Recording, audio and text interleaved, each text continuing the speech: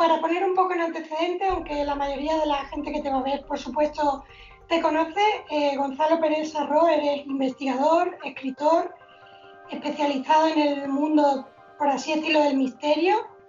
Eres autor de libros como Huellas de otra realidad, donde hablabas de muchos casos, algunos en concreto de por ahí de la zona de donde resides, misteriosos. Luego sacaste un libro maravilloso que se llama Drácula vive, que ahora mismo yo creo que es muy difícil, por si no decir imposible de encontrar. Está agotado, sí. Exacto. Y bueno, pues vamos a empezar un poco para tomar un poco en contacto. Gonzalo, si te tuviera que pedir que te describieras con un adjetivo, ¿cuál sería y por qué? Bueno, tendría que utilizar muchos, casi todos más negativos que positivos, porque tengo muchos más defectos que cualidades, pero si hay uno que quizás que entre dentro de los dos, tanto puede ser una cualidad como a veces un defecto, es que soy muy minucioso, es enfermamente minucioso, enfermizamente, porque a veces esto te cuesta el doble de trabajo. El resultado suele ser óptimo, aunque nunca estás conforme por tener ese tipo de personalidad, pero sí, yo podría decir que soy demasiado escrupuloso a la hora de hacer una investigación y de querer que todo esté atado cuando normalmente no se puede. Entonces pecas de minucioso, de quizá de perfeccionista, de minucioso, de persona.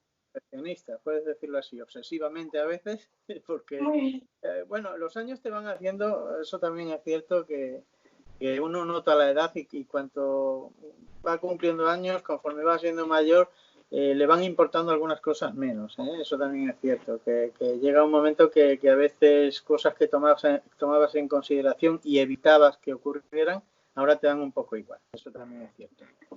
Muy bien, genial. Bueno, cualquiera que haya podido leer alguna entrevista tuya o incluso esos encuentros que mantienes con tus fans por redes sociales, sabrá que tienes un gusto muy particular por el cine. En especial, alguna vez has referido esas sesiones de cine cuando ibas en tu infancia, que por lo visto también tu familia te empujaba a asistir a algún pase de películas de terror, de esas películas de serie B, por así decirlo.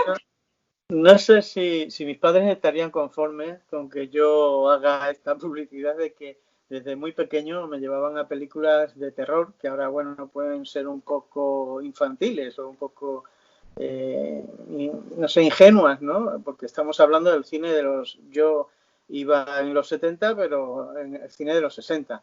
Y es cierto, sí. Serie B porque... muchos críticos hablan del cine que tiene bajo presupuesto y se supone baja calidad, que nunca no tiene por qué ser siempre así. Lo ponen en esa categoría, lo denominan cine B. Y al cine de terror en general, ya sea una superproducción, ya sea una película que haya tenido incluso Oscars, entran dentro de la serie B, que yo no estoy conforme o no estoy de acuerdo, ¿no? Y es cierto, mi gran afición hasta el punto de convertirme en una especie de coleccionista, de intentar, o friki, como lo podamos denominar, de intentar pues tener objetos, desde carteles, películas por supuesto, objetos que puedan haber salido en alguna película de terror, y eso se lo debo a mis padres. Uno piense que no fue algo bueno, una buena acción por parte de unos progenitores. Ellos me llevaban pues desde muy pequeño, desde los 8 o 9 años, a ver esas producciones de la Hammer, que es uno de los recuerdos que más me retrotraen a aquella edad. Ver películas de Christopher Lee, Peter Cushing, sobre todo la serie de Drácula, con esos 7 magníficos films, y tengo esos recuerdos y de intentar coger aquellos carteles. Recientemente he conseguido un par de ellos de aquellas proyecciones originales. También, bueno, hay muchas historias dentro del coleccionismo y del cine de terror que podría estar aquí hablando, y sería una charla casi solo para mí, no sé, para los demás. Bueno, yo al hilo de esto de lo que me cuentas por el cine, yo reconozco que también soy una gran amante del cine. De hecho, estudié comunicación audiovisual, guión, o Ah, sea, sí. Entonces, al hilo de esto, para hacerte un pequeño homenaje, he rescatado un libro que tengo por aquí que se llama Los 100 mejores filmes de vampiros. sí, sí, Si no lo tienes, que imagino que sí, sí, sí, te lo recomiendo porque lo tengo, sí. es delicioso Está este libro. lleno de carteles, que es lo que más me gusta. Exacto, y con mucha información muy minuciosa para que pueda uno intentar Ah, es que buscar. aparte del cine, tiene que ver con vampiros. Y yo todo lo que sea, sí lo tengo ese libro. Y si es de películas en concreto de Drácula, más todavía. Más todavía, efectivamente. Sí, sé ese gusto que tienes por el personaje de Drácula. Sí que Eh, preparado, ¿eh? ¿Qué? Que sí que te lo has preparado hasta el punto Bueno, de spoiler. No puedes eh, darle. además de esto, precisamente hablando del cine, he recuperado también un título que, aunque no es de Drácula, es Los Ajá, crímenes del Museo de Cera, vaya, sale vaya. la primera película supuestamente en 3D de la historia, porque, bueno, ya sabes que había efectos visuales que hacían que el espectador tuviera ese miedo, y a mí verdaderamente me encantaba. O sea, esta película de pequeña no sé cuántas veces la vi, o sea, Ok, vale. bueno, entonces era un pequeño homenaje que quería Pero hacerte muchas gracias. con, Sí, sí. con estos títulos. Y bueno, pues hablando del tema del cine de terror, Ujú. si te digo un nombre en especial, que ya además la voy viendo por ahí, Regan McNeil, ¿qué me Buah, tienes que decir de Regan McNeil? pues ese es uno de los... Yo recuerdo, ahora que lo dices, estamos hablando del exorcista, estamos hablando de la niña endemoniada, y recuerdo que hubo hasta un debate en mi casa de si convenía o no llevarme a ver esa película. Yo, es cierto que un chico mayor, un amigo, uno de los mayores de la pandilla, nos estuvo contando que esa película había provocado una gran expectación, que la gente se desmayaba, que tenían ambulancias a las puertas de los cines cuando se estrenaba, y que era todo un acontecimiento. Yo no sabía bien de qué iba la película, ya te digo que mis películas iban a lo que se hacía entonces, la producción sí, serie B entonces, las películas españolas sobre todo, y, y las películas de Drácula, que eran las que más me llevaron, a las sesiones que más me llevaron mis padres. Todo esto, y vamos a contar el trasfondo de la historia, era por la complicidad que había entre un familiar, un pariente de mi madre, que era taquillero del cine, y el propietario, el empresario de la sala. Que bueno, hacían la vista gorda un poco, porque entonces hay que decir, porque muchos de vosotros no sabréis, que las películas estaban con una categoría. Menores de 14 años, de 16, de 18, toleradas, que se decía, o para todos los públicos, o clasificadas S, que podían ser por eróticas, pornográficas o también por mucho terror, ¿no?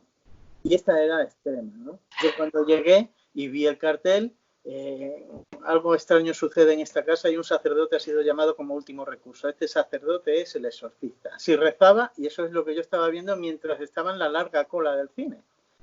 Yo no sabía ni de qué iba. No tenía ni 11 años, creo, 10 o 11 años. Aquí en España se estrenó en el 75, aunque la película era su estreno en el 73. Yo hasta pensaba que era un asesino, que el exorcista sería un asesino. Bueno, el caso es cuando entré y comencé a ver aquello, fue algo que se quedó grabado para toda la vida. La niña Regan estaba detrás de la puerta de mi habitación, y durante un mes el horror y la obsesión que tuve con aquella imagen me duró mucho tiempo, hasta el día de hoy. La he visto muchísimas veces, y he de decir que ahora últimamente, eso sí, yo veo la versión antigua, porque el doblaje nuevo, desde la aparición de esos minutos extras que puso el director, ha cambiado, las voces han cambiado, no tiene nada que ver. Yo no entendía por qué se reían muchos jóvenes que iban a verla, y es cierto, es que hay veces que hasta el doblaje en esta segunda versión es un poco irrisorio. En cambio, en la primera fue tremendo. Y digo eso, que es que últimamente hasta me está dando más miedo que hace unos años, que la podía ver fácilmente. Solo ya no la veo. Y, Uy, pues y en mi familia no quieren verla conmigo. O sea que tampoco. Pues entonces reconozco que tenemos un problema similar. Reconozco que es una de mis películas favoritas. Yo La creo he visto que muchas veces y no sé. es la película más terrorífica, si se la calificó por una encuesta que se hizo a nivel internacional, mundial, pero yo he de decir también que es que, claro, cuando ya eres adulto y además interesado por el misterio, vas viendo que es que esa película no es cualquier película, no es una película normal, tiene unos códigos que entonces no percibías o no sabías, simplemente te impactaba, ¿no? Pero desde el sonido, desde el prólogo, digamos, que puede haber en ese desierto, esas imágenes que se cruzan y que luego van teniendo un recurso durante la película, hasta la aparición ya del demonio, pues es toda una obra maestra para infundir terror. Y además, no cualquier demonio, perdón, sino Pazuzu, o sea, la representación que de hecho tuve la oportunidad en Madrid de ir a la exposición de Cuarto Milenio y hubo un momento que giré un pasillo y me encontré la estatua de Pazuzu y a mí me iba a dar algo allí. Digo, yo de aquí no salgo viva porque me impactó muchísimo, o sea, me daba respeto hasta hacerle una foto, digo, mejor no. A mí me mandó Juan Villa la figura, la miniatura, y en mi casa no querían que la pusiera. Les convencí diciendo que era también un demonio bueno y que te protege, pero bueno, ahí están las... Ahí la tienes, ¿no? Muy bien. Bueno, pues ya que hemos hablado un poco del cine, que es ese mundo tan fantástico que nos ilusiona, quiero saber, cambiando un poco de tema, ¿cómo fue tu incursión en el mundo de la investigación, del misterio? ¿Cuál fue, por así decirlo, tu primer caso, Gonzalo? Bueno, el primer caso, y que además tuve la suerte de levantar la liebre sobre él porque no se conocía, fue oficialmente, digamos, aunque ya había hecho mis pinitos, en plan, bueno, desde crío, porque puedo decir que desde un chaval ya comencé a empezar a entrevistar a la gente que más cerca tenía o que conocía que tenían alguna relación con el misterio, aunque no fuera que les hubiera ocurrido algún suceso. Pero el caso oficial en el que yo parto y digo, bueno, me voy a dedicar un poco a esto a nivel personal, yo solo lo que quería era buscar la verdad, intentar hallar qué había tras todo esto, fue el caso del fantasma de Saucedilla. Un suceso ocurrido en una población cercana a donde yo resido, y en uno de los viajes yo pertenecía de voluntario a Cruz Roja, íbamos repartiendo ropa a las familias más necesitadas, pasamos por la población de Saucedilla y alguien comentó, yo era un chaval, entonces no tenía ni carnet de conducir, comentó algo de un fantasma que se había visto en una torre, que nada tenía que ver luego con lo que conocí.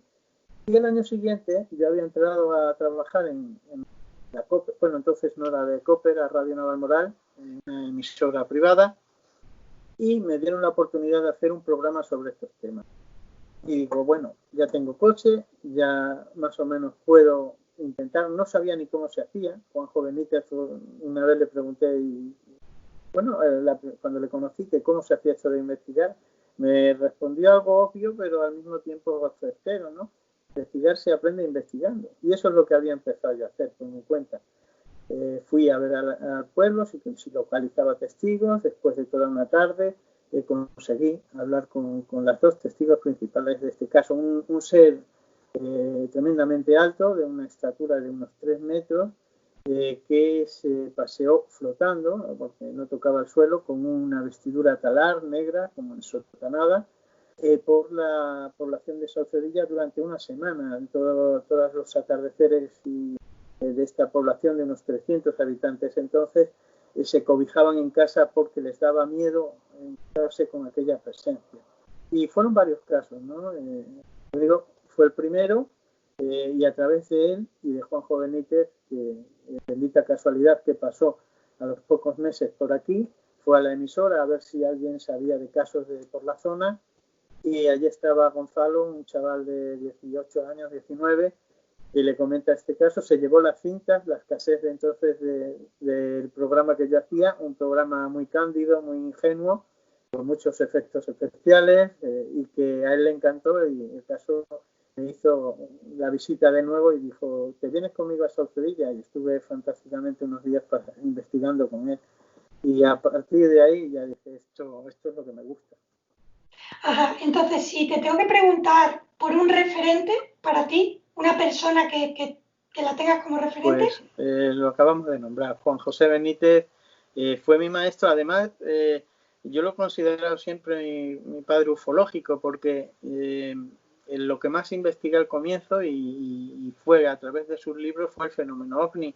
También además me pilló en una época que era muy rica en casos y Extremadura también, aunque ahí, como muchas veces decimos, más que una zona sea, si hay determinadas regiones más proclives a lo mejor a algunos fenómenos en concretos, ¿no? Pero también depende mucho de que haya alguien que se preocupe de rescatarlos y de investigar. Hay zonas en las que dentro de Extremadura parecía que no había casos y sin embargo un día me he preocupado, de forma idealizada, ¿no? Voy a ver en ese terreno que hay y empiezan a aparecer, a florecer sucesos, ¿no? Es la preocupación que haya en distintas zonas por ello. A lo mejor recuerdo Valencia de Alcántara, después ya hace otra realidad, dedico un capítulo a él porque conseguí por primera vez el catálogo que un corresponsal de un periódico tenía. Él empezó, él daba la información general para el periódico, pero en una ocasión fue a cubrir un suceso de un avistamiento ovni, después de ese se enteró de otro, total que el hombre llegó a reunir 60 casos, luego incluso actuales, según iban ocurriendo, los difundía él y los tenía encuadernados, digamos, en un catálogo, ¿no? Copiado. Yo fui a verle a este hombre a raíz de un caso que me interesaba y vi la cantidad de sucesos que tenía recopilado y claro, eso me lo metió, digamos, Juanjo Benítez, de que la información no puede estar guardada en un cajón, porque yo era muy tímido y si me alargo mucho en las respuestas me lo dices porque... No, para nada, para nada. Yo me quedo ahí un poco ensimismada escuchando y claro, o sea, habla con total naturalidad, con total tranquilidad, no voy a para nada. Pues lo que te decía es que yo era una persona tímida, me costaba mucho trabajo hacer este cometido, ¿no? De buscar testigos, de ir a un lugar siendo un jovencito y entrar en un bar y preguntar, no preguntas como muchas veces digo por un político, ni por un cantante, ni por un futbolista, que sería fácil, ¿no? Sino por alguien que ha visto un fantasma o que le persiguió una luz. Y claro, la mofa, y siendo joven mucho más, y viéndome que era una persona muy introvertida a lo mejor, que eso se nota rápido, pues las burlas muchas veces las tienes que soportar allí en mitad de una taberna, ¿no?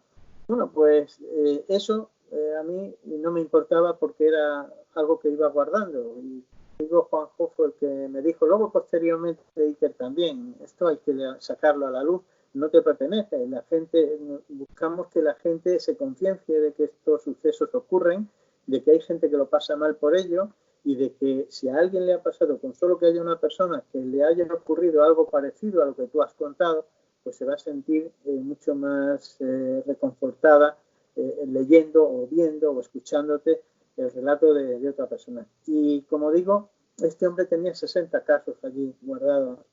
No se los daba a nadie, no querían. Dice, tú ojéalo, toma apuntes, lo que quieras, pero no te los vas a llevar. Estuvimos una tarde entera hablando y dialogando y hablamos de lo divino y de lo humano sobre estos temas y otros más. Y finalmente, no sé si me vio buena persona o lo que fuera, que dijo, toma, vete a la tienda más cercana que tengan fotocopiadora y llévate una copia.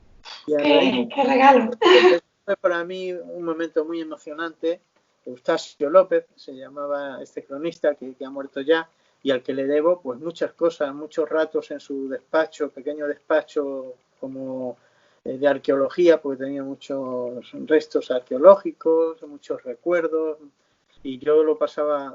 Es una población porque aunque esté en Extremadura es muy extensa y está muy lejos de Navalmoral de la Mata. Sin embargo, la visité 7 o 8 ocasiones, creo que fue, y además encontrando siempre una satisfacción de encontrar sucesos que me motivaban. Ajá. Ahora que nos hemos metido un poco de lleno en el tema OVNI, me consta por alguna entrevista que he leído que tú llegaste a presenciar un evento OVNI y además lo curioso del tema, según decías, es que más que el evento en sí, te sorprendió las circunstancias que tuvieron lugar antes. ¿Nos lo puedes explicar?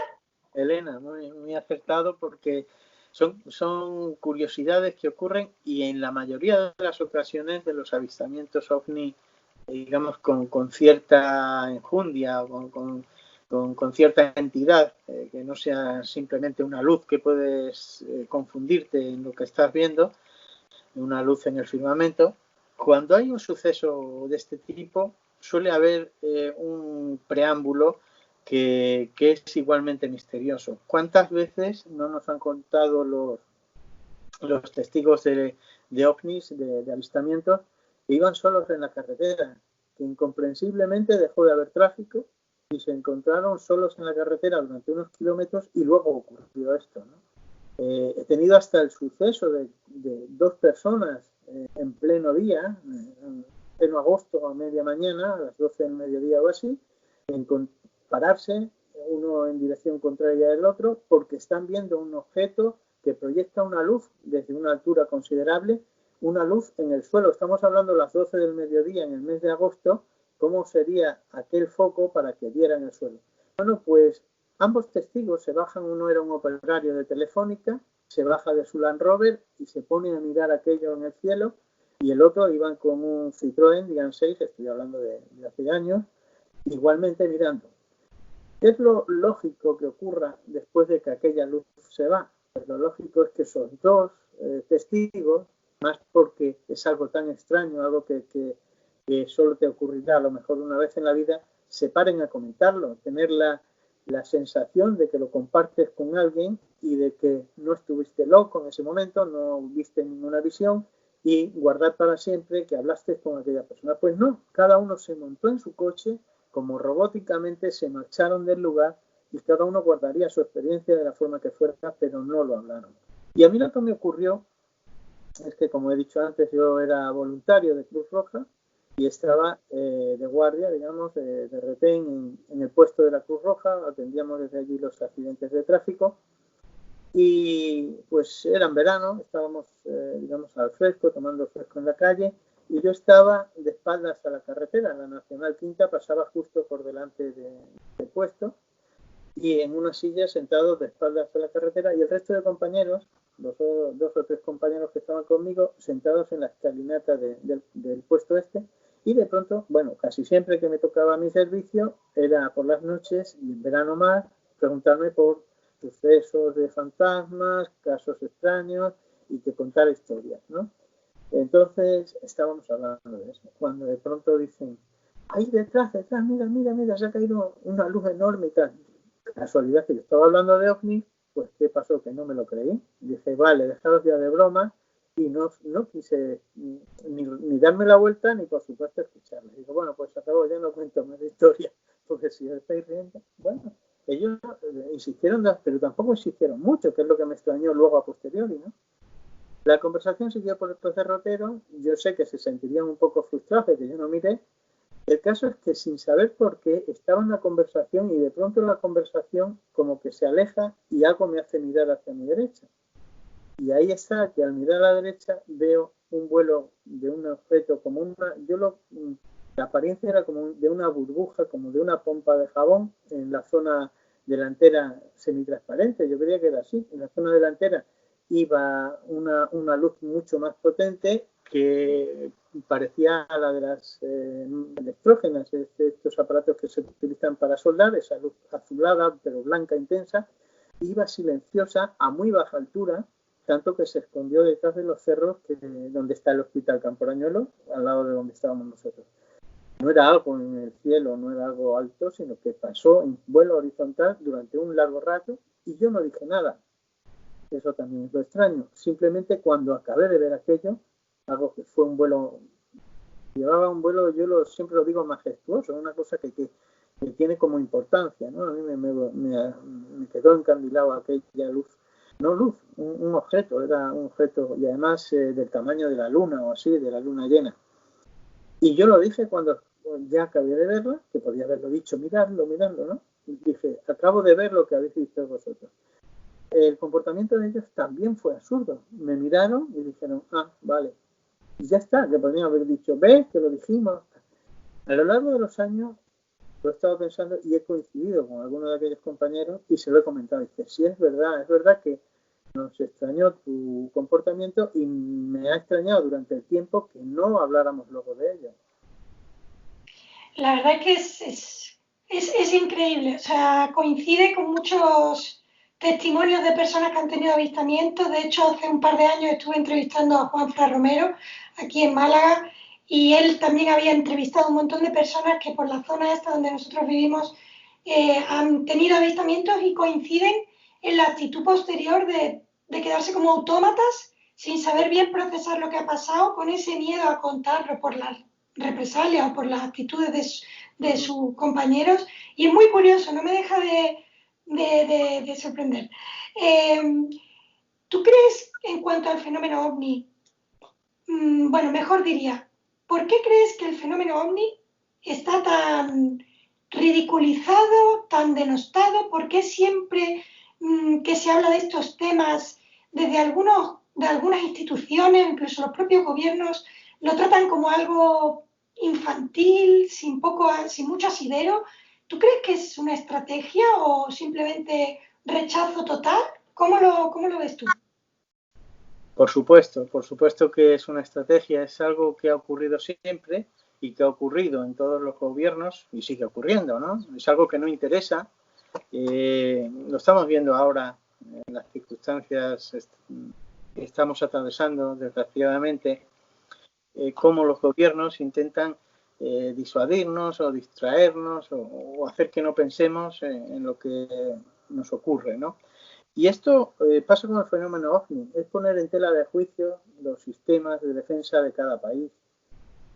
Parte de que pueda haber conocimientos, de que pueda haber un tipo de material rescatado, que en gobiernos como el de Estados Unidos posean una información que no tenemos o que sospechamos que ellos tienen, ¿no? Tampoco es una cosa con una certeza grande, aunque hay muchos datos y si nos ponemos a hablar y analizar ya con casos sobre la mesa, podríamos hablar, ¿no? Abiertamente de que sí, de que ellos poseen información y poseen más que información, ¿no? Pero no interesa que la opinión pública, que el ciudadano de a pie esté dudando de que nuestro sistema sea seguro o no. Cuando un objeto campa sus anchas en el cielo de un país, cuando un objeto de estos se ríe de un caza que le persigue y se coloca en la cola, a un ala puede de pronto dispararse y salir a una velocidad que nadie puede alcanzar, pues eso es ridiculizarnos, ¿no? El fenómeno OVNI, pues ¿qué ha pasado? Al ser molesto, muchas veces lo han tenido, como tú dices, que ridiculizar y con ello ridiculizar a los testigos. Para ello se han utilizado muchas estrategias y los planes que existen para poder desinformar o crear un caso ficticio, falso, pero ellos darle la importancia de que puede ser verdadero cuando todo se ha implicado, cuando todo el mundo está investigando y se está afirmando, tanto en medios de comunicación, quedan en ridículo a todo el mundo, levantando esa capa de falsa posibilidad y crean entonces que ocurra que quien ha creído en ese suceso diga, bueno, pues si este es falso, todo lo demás también es mentira. Luego ocurre también, ya no en el fenómeno OVNI, en otro tipo de... Estoy rozando con la silla y a lo mejor estoy molestando con el sonido. No, para nada, no llega el sonido, no te preocupes. ¿No? Luego ocurre también que hay mucha gente, yo lo he comprobado en la investigación después de más de 35 años, que te encuentras con personas que dicen, yo no creía en esto, yo me reía a cualquiera que me contaba algo de, eso es mentira, eso es que ibas borracho, eso es que... Y sin embargo, hasta que no te ocurre, no. Y yo le preguntaba, ¿pero por qué hacías eso si no tenías? Porque la mayoría de las veces es falta de información. Eso no me canso de decirlo. Cuanto más estamos informados, no de este tema, de cualquiera, con más propiedad y seguramente con más certeza vamos a opinar y seguramente más fácil es que nos apasione o creamos en eso. Si no conocemos sobre cualquier materia algo, es muy fácil ridiculizarlo, reírnos o decir que no existe, ¿no? Y en este caso ocurría. Yo preguntaba, ¿y por qué tú no creías en ello hasta que no lo has visto? Y decían, pues muchas veces ha sido por temor. Y es cierto, es preferible reírse de algo a considerar que pueda ser cierto porque nos dé miedo. Porque eso es humano y ocurre, pero está también mal visto ante la sociedad tener miedo. Es algo absurdo, ¿no? Yo tengo miedo a los perros, aunque la familia, mi hijo tiene un perro, pero yo voy por la calle y me ladra un perro y soy muy miedoso para eso. No sé, creo que no lo controlo. Pero sí es cierto que en determinadas circunstancias, la oscuridad, una sombra, cualquier cosa, puede ocurrir, que te cause sensación, que te puedas imaginar lo que no es incluso, no estoy hablando de que sea algo cierto, y tengas miedo y no pasa nada. Pero eso no quita para decir, estos otros casos que nos están contando, que hay personas que se dedican con todo el alma y con todo el cuerpo a ello, lo echemos por tierra a la primera de cambio. Y ahora que hablamos de miedo, Gonzalo, ¿tú crees que se puede llegar a pasar más miedo en mitad del campo, un día de sol, al aire libre, antes que en el más oscuro cementerio, en el sitio más inmundo? ¿Crees que eso es posible? Por supuesto, Elena, por supuesto. Y tienes razón y la pregunta es muy valiosa porque a mí me ha ocurrido y lo he contado varias veces y no me importa si quieres, lo cuento ahora también. Investigando el caso de Escurial, un ser pequeñito de un metro y poco que apareció en mitad de un cultivo y que lo vieron el propietario de esta plantación de tomates y sus dos hijos. Era un ser amarillento que hacía un movimiento robótico como de barrido de 180 grados, se movía siempre haciendo ese movimiento y hacía un ruido como del desinflar de una rueda, nos decía él. Ese caso fue, además viene a colación de lo que acabamos de hablar, fue un suceso que ridiculizó al testigo a nivel regional porque este hombre lo contó, se lo contó a un periódico, de ese periódico se hicieron ecos varias emisoras regionales y le llamaban en algunas entrevistas un poco más o menos serias, pero otras veces era para reírse y para preguntarle si él veía en el baño de su casa un té verde y cosas así. Hasta tal punto que el hombre le costó un disgusto, dejó de salir de casa, el alcalde y muchos vecinos salieron en su defensa, el alcalde salió, hizo una rueda de prensa, por primera vez yo creo que se hace una rueda de prensa para defender un testigo, porque además yo le conocí luego, se llama Samuel Rodas, se llama el testigo, y es una persona honesta, que se ve carta cabal, un hombre que se le ve enseguida que sus ojos, su rostro, y me dijo llorando, es la última vez que cuento este caso, Gonzalo, yo sé que vienes con interés, pero desde hoy dejo de contarlo. Y fui el afortunado, desgraciadamente, de ser el último en escuchar aquel relato. Bueno, pues como te decía, en pleno agosto del año 2000, voy a la población de Escurial y localizo en plena siesta a la madre de este hombre y me dice que está trabajando o que se ha ido a la tierra a ver el cultivo y me hace una explicación de dónde está este lugar. Yo voy con el coche, es un lío de pistas y de canales. Veo un puente de madera, no me atrevo a pasarlo con el coche porque me da miedo de que pueda hundirse y vuelvo de nuevo al lugar. Me vuelvo a explicar, vuelvo a hacer la misma operación y vuelvo a perderme en aquel laberinto de caminos y finalmente decido cruzar ese puente. detrás del puente había un lugar con vegetación, el único en todo aquel desierto que me parecía a mí, de polvo y de tierra.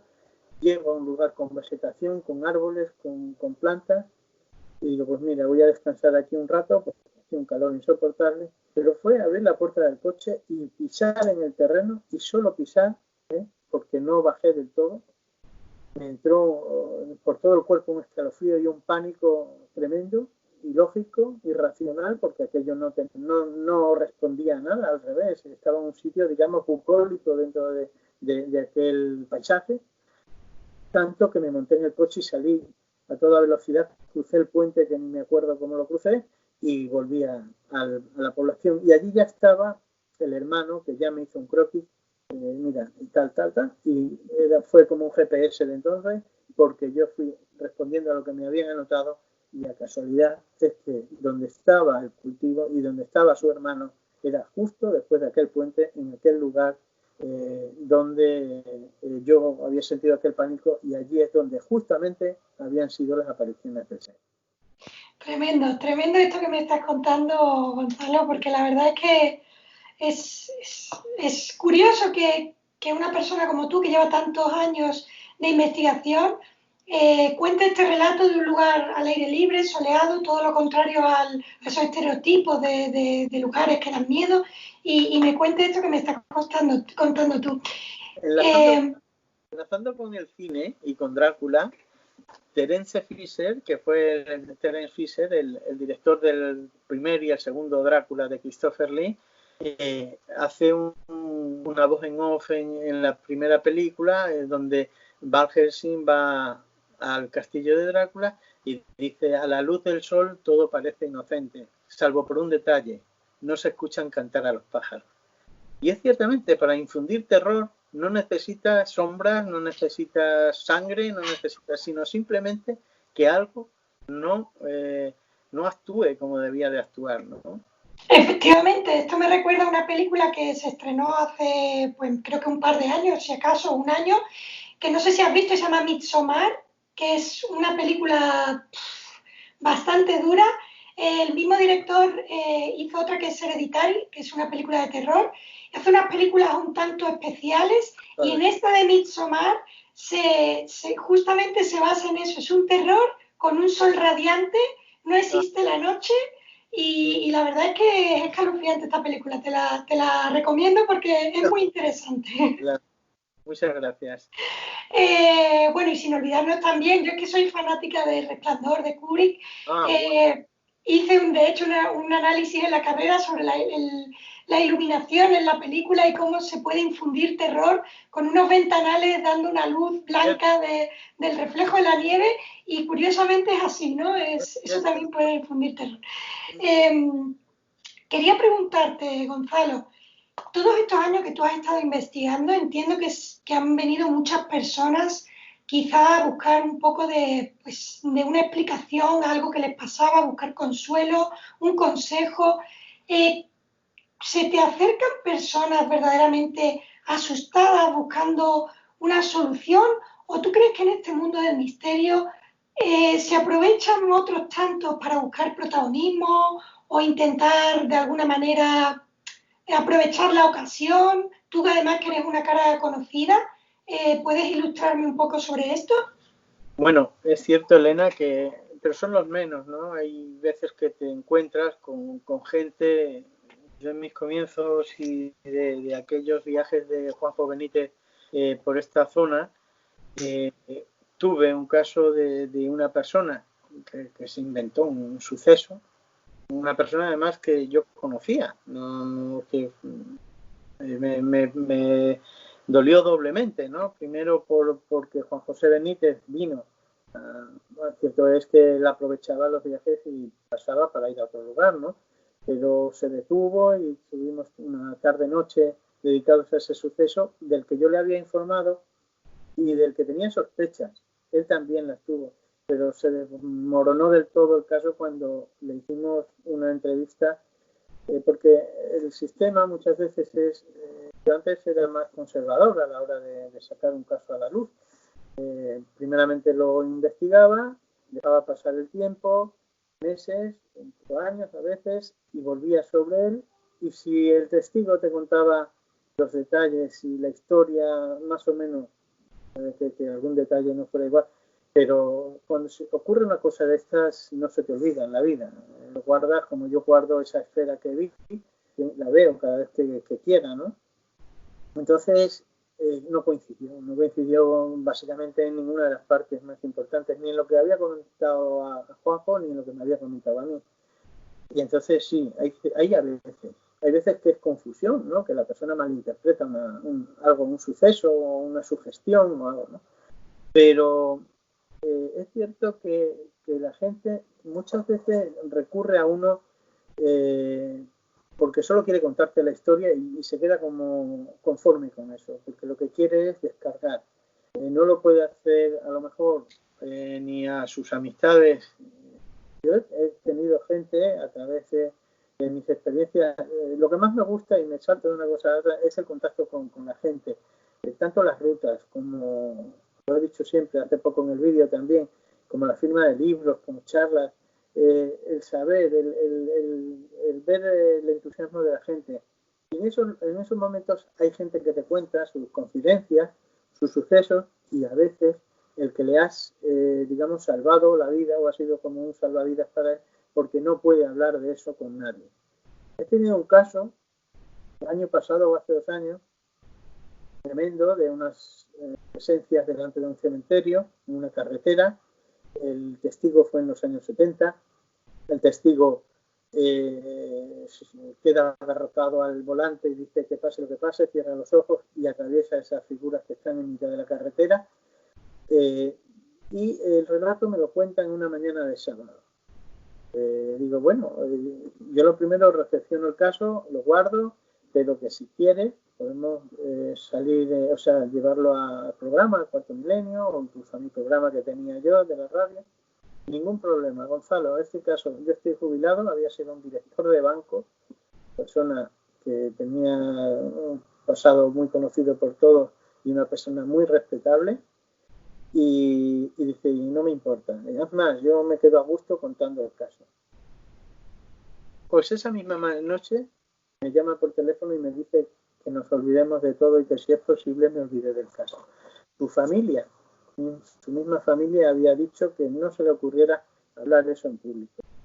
Es cierto que a veces no llega a ese extremo, pero es cierto que a veces uno propiamente se pone sus barreras y dice no puedo contarlo, no quiero que se rían de mí, pero en otras ocasiones no importa y ahí tienes tú que estar un poco ojo a visor porque suelen venir también algunas personas que son más extrovertidas y te lo cuentan con mucha ligereza y ahí entran las sospechas a veces. Bueno, parece que a este hombre le ha ocurrido esto o a esta mujer y no tiene como ninguna emoción con el tema, sino que te lo está contando como por salir en algún sitio, como acabas tú de sugerir. Pero a la larga son las distintas formas de mostrarse ante una cosa extraña, ¿no? A veces uno se sobrepone a un suceso que no entiende y lo hace de esa manera.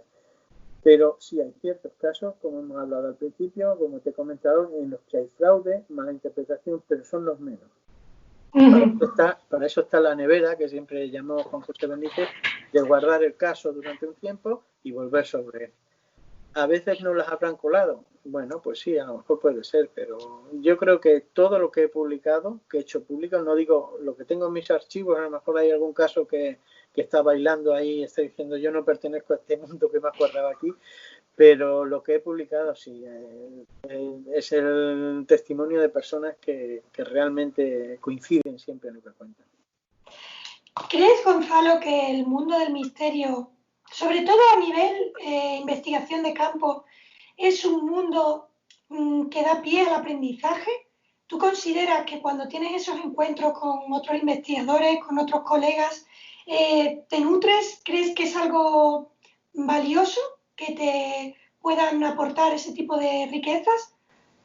Por supuesto, por supuesto. Es enriquecedor y al mismo tiempo, aunque yo he trabajado durante muchos años como un lobo solitario por mi cuenta y sin tener contacto, porque ahora lo tenemos muy fácil, ¿no? Esto que estamos haciendo tú y yo, nos estamos viendo, mañana si queremos nos volvemos a ver, incluso los WhatsApp que no te molestan y yo te puedo comentar una cosa y tú cuando quieras me respondes.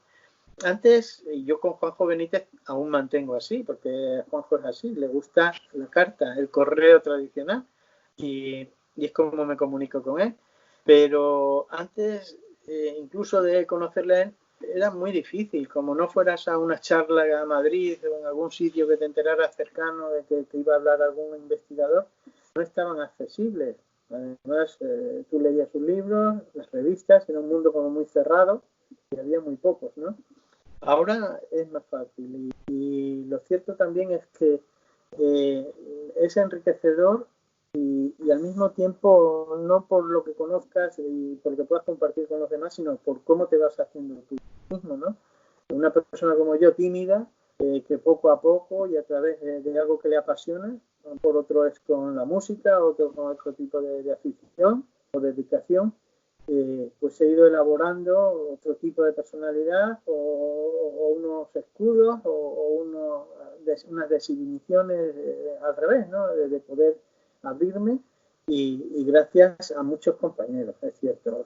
También tenemos la fama de los investigadores de estar muchas veces reunidos unos contra otros. Esto ha sido así desde que yo comencé. Ya había y había dos líneas, ¿no? de investigadores, los de campo y los de salón, los ufólogos que llamábamos vampiros y los que nos dedicábamos a perder dinero, tiempo y categoría en el tema y a veces se reían de nosotros. Y eso ha continuado así, pero hay algunos que son más amigos de congresos y otros somos más amigos de pisar la tierra y buscar casos, ¿no? Pero sí es cierto que ahora tenemos más fácil estar en contacto y de compartir experiencias. Yo con Iker Jiménez es con quien más he aprendido, con Juanjo por supuesto, y Juanjo ha sido muy generoso conmigo y yo lo tengo que agradecer siempre, pero Iker también es una persona muy desprendida y que te cuenta los casos sin ninguna ocultación. Yo con él nunca he tenido el problema de pensar es que no me ha contado esto, no me lo quiere contar, o yo a él, no voy a hacer que me lo dice, porque nunca ha habido esa inseguridad ni ese miedo. Al hilo de esto que me cuentas sobre tu comunicación epistolar con Juanjo, ¿tú piensas que esta sobreexposición que tenemos con los medios, con los canales de comunicación, ahora con las redes sociales, enturbia quizá un poco esa comunicación? ¿Somos menos selectivos a la hora de escribir con un teclado que coger un papel, redactar una carta, todo el proceso de envío? Y al hilo de esto, podemos pensar que hay una cierta masificación en el mundo del misterio. Es fácil entrar en internet, meterte y ver que hay 80.000 grupos de investigación paranormal casi en cualquier ciudad, que van todos con un uniforme, se reúnen para ir a edificios abandonados y a subir vídeos a YouTube. Por favor, quiero que me hagas una reflexión sobre esto que te he comentado. Por un lado, esa parte de ser menos selectivos a la hora de, pues incluso de comunicarnos, ¿no? Como estamos haciendo tú y yo ahora. Y por otra parte, esa masificación de estos temas del mundo del misterio. Pues por supuesto, me ha pinchado y luego lo que me pasa es que yo no soy capaz de callarme y luego me busco problemas, ¿no? Sí es cierto, tienes toda la razón. Yo tuve una crisis, luego me recuerdas si no te hablo de lo de los grupos, me lo recuerdas porque me interesa. Tuve un tiempo de crisis, podríamos decir, de creer en todo eso. Aunque yo siempre digo que no se trata de creer, sino de aceptar, ¿no? Yo no creo en los ovnis, sino que acepto que existe, ¿no? Pero tuve una crisis, digamos, y fue precisamente desde el momento que comencé a colaborar con revistas, ¿no? Ya llegó un momento en que fui casi, bueno, era el corresponsal, digamos, de Extremadura muy extensa, tenía muchos choques con algunos investigadores que trabajaban en otras zonas a las cuales yo tenía que ir, enterarme de los casos y luego mandarlos a la revista, con lo cual por más que yo intentaba que se les nombrara y que se les diera el protagonismo que tenían, que no eran casos míos, pero yo no era mi labor ni para la que yo había nacido, digamos, o con la que yo había nacido y me había entusiasmado, ¿no? Y eso de estar al día contando historias sin tenerlas lo suficientemente estudiadas, no digo que fuera desleal a lo que yo pensaba, pero en cierto modo no estaba cómodo, ¿no? De tener un caso pacientemente, claro, no tenía volumen de casos tampoco, yo vivía en mi despacho, en este, en otro que tenía, en otra casa, metido allí en un pequeñito lugar y leyendo y viendo y tenía tiempo para todo porque no colaboraba, no hacía para mí el trabajo. Y hubo ese momento en el que ya muchas veces se me escapaban de la mano los casos sin yo tenerle la suficiente recapacitación que yo creía que tenía que tener sobre los sucesos, aunque fueran de otros. Ciertamente, si alguien se equivocaba, no era yo, era él, ¿no? Pero bueno, yo siempre saco la cara. Y ese momento de crisis me llevó al punto de querer dejarlo. O sea, yo dije, se acabó, ya he experimentado lo que yo quería, he llegado a un punto que no me gusta, y gracias a Juanjo y gracias a Iker, que me volvieron a meter en esta barca, y gracias a Fernando Jiménez del Oso en una visita que le hice a su casa aquí en La Vera, en la zona de La Vera, una comarca de aquí cerca de mi casa, tomando unas cervezas con patatas, me dijo, Gonzalo, eso que te pasa a ti le ha pasado a muchos investigadores, se llama el proceso de iniciación. A raíz de ahí vas a estar seguramente más seguro en lo que haces y vas a sentir otras cosas por el misterio. Y efectivamente, yo no sé si fue la magia de don Fernando, porque la forma de hablar y iba conmigo mi mujer y quedamos maravillados de los consejos, no, porque él tampoco es que quisiera dar consejos, sino que es una persona mucho más sabia que lo pueda ser yo en la vida y acertó plenamente. Y en cuanto a lo que me comentabas, es cierto que hay una masificación muy grande. Hay que saber escoger muy bien lo que ves y lo que no ves. Pero yo he hecho algún vídeo en mi videoblog sobre el tema de los grupos. Ya en mis tiempos, cuando yo hablo de mis tiempos, por ejemplo, cuando yo comencé de un grupo que metió la pata grandemente en un caso que hubo por aquí, en la zona de Valdecañas, en un embalse que hay, un chico con su novia venían de, no sé si de Navalmoral de la Mata, iban a su pueblo, y al subir una loma vieron un punto de luz al fondo y pensaron que era una luz de un pueblo, luego otra luz, otra, ya se empezaron a mosquear y lo que vieron es asomar detrás de esa loma de pronto un gigantesco aparato de cientos de luces. Por el cálculo que hicimos con un cerro que había allí, una montaña, sería de unos 700 metros de ancho, y que pasó por encima de ellos haciendo, dice que aquello pareciera de día, se veían, dice el muchacho, decía hasta las hormigas. El joven orilló su coche y empezó a vomitar, fue hasta tal punto el impacto, ¿no? Bueno, pues ese caso lo conté en el programa, creo que incluso salió en algún periódico, no por mí, no lo publiqué yo. Y a los días leo que un grupo que se acaba de restaurar aquí en la zona de La Vera va a investigar el caso de Valdecañas.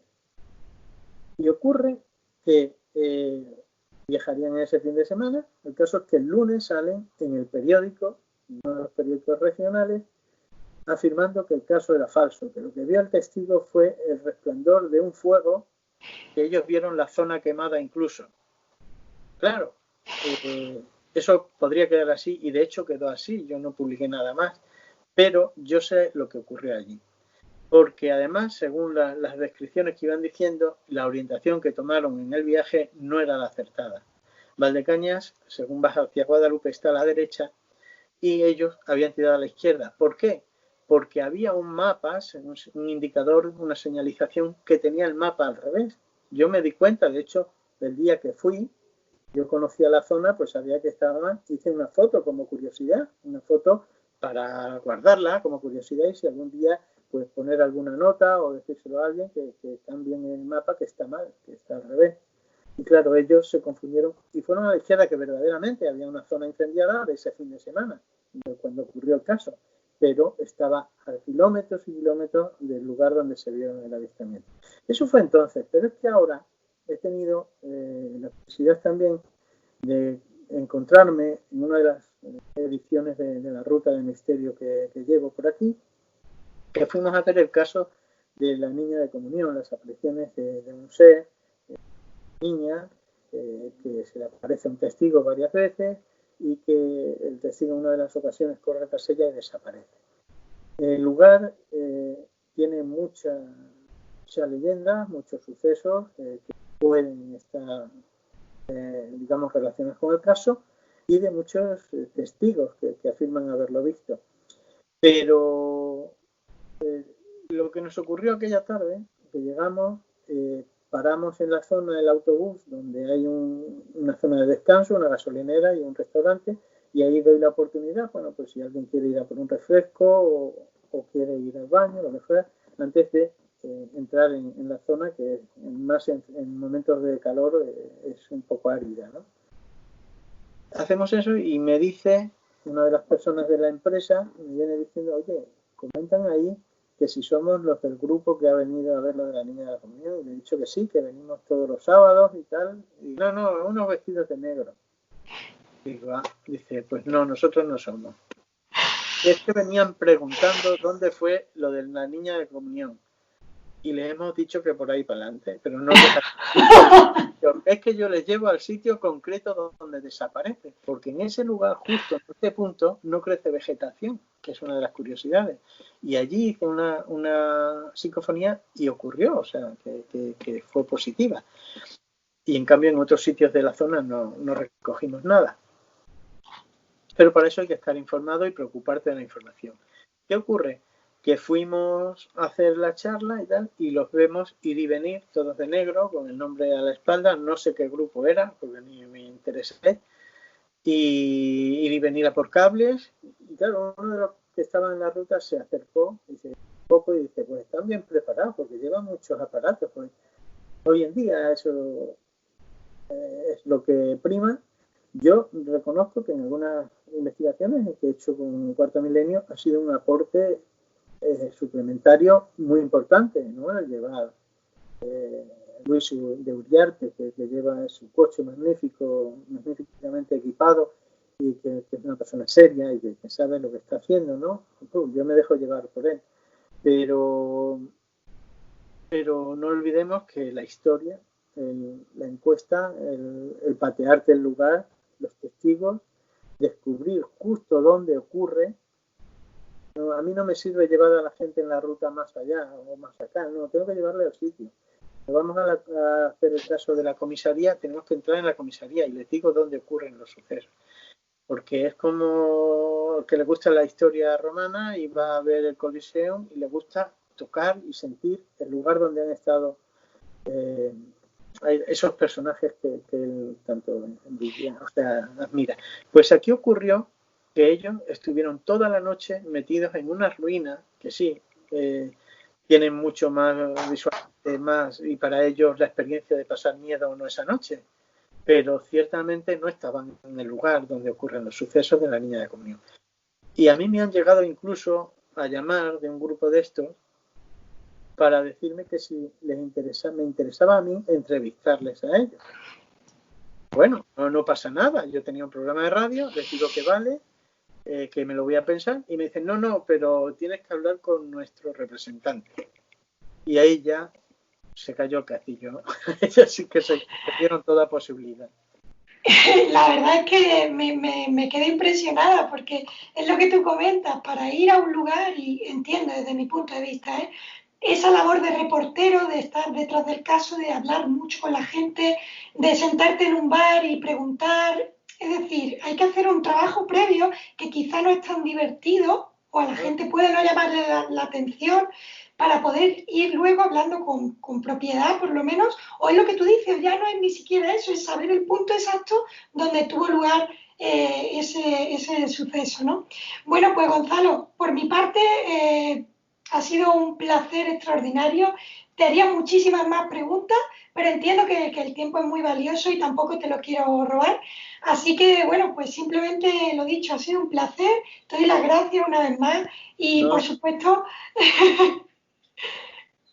supuesto, ya sabes dónde tienes tu casa, este humilde canal, que sé que es pequeñito, pero esta entrevista, sin duda, estoy convencida de que lo va a enriquecer. no hay nada grande ni pequeño, simplemente con el entusiasmo con que se haga, con la dedicación que le pongas y con ese toque siempre de ilusión que se hacen las cosas en ciertos sitios y por ciertas personas. No porque tengamos miles o no, que yo no los tengo tampoco, de seguidores, se valora un trabajo. Y yo he estado encantado, he estado muy cómodo. Las preguntas me han fascinado porque de verdad han sido vamos, yo detecto que son de personas que sabe de lo que está hablando y que analiza y sabe y quiere saber más sobre todo del personaje o del misterio, ¿no? Y yo quedo emplazado cuando tú quieras, porque es un placer. Muchísimas gracias, Gonzalo. Bueno, voy, lo dicho, gracias de nuevo y ya sabes que aquí tienes tu casa. Muchas gracias. Un abrazo. Un abrazo.